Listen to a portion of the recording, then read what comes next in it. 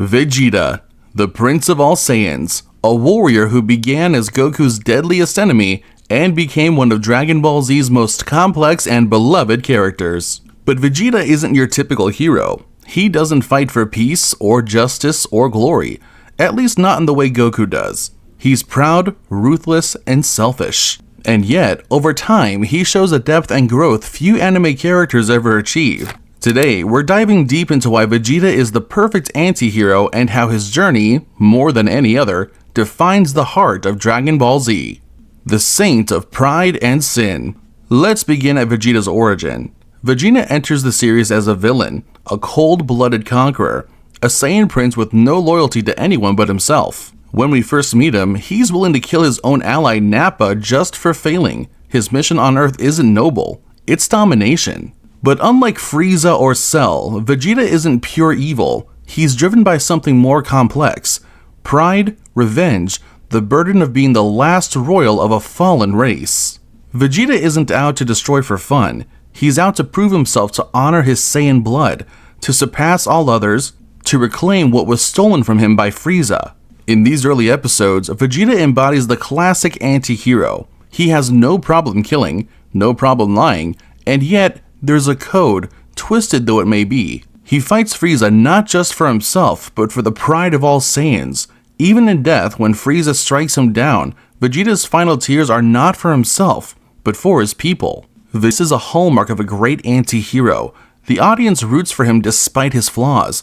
We see ourselves in his struggles. We understand that his anger, his pride, his pain are deeply human. The reluctant redeemed. Vegeta doesn't choose the path of a hero overnight.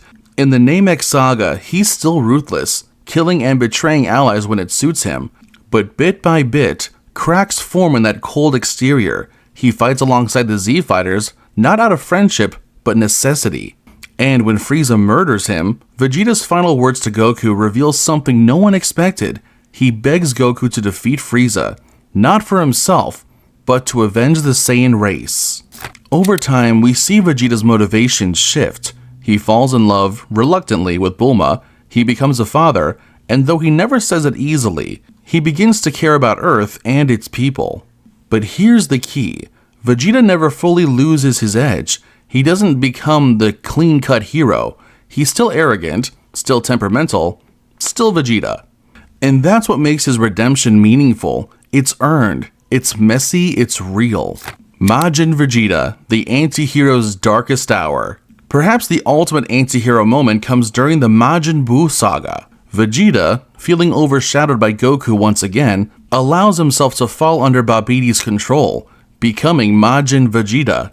But here's the twist. He doesn't do it to conquer.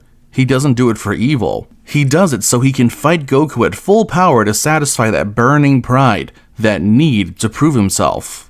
And yet, when it matters most, Vegeta chooses the path of sacrifice.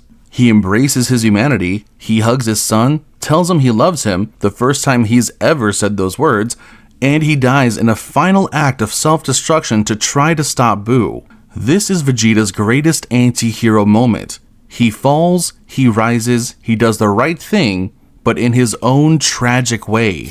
The evolution of Super.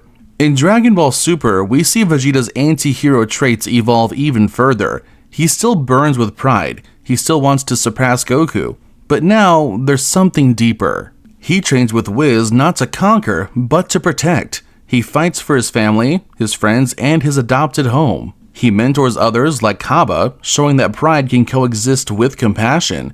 Even when offered godlike power, Vegeta seeks strength on his own terms. He refuses shortcuts, he refuses to lose himself, and perhaps most telling in the Tournament of Power, Vegeta promises to keep his promise to Kaba, to protect the Universe 6's Saiyans. For the first time, Vegeta's pride extends beyond himself.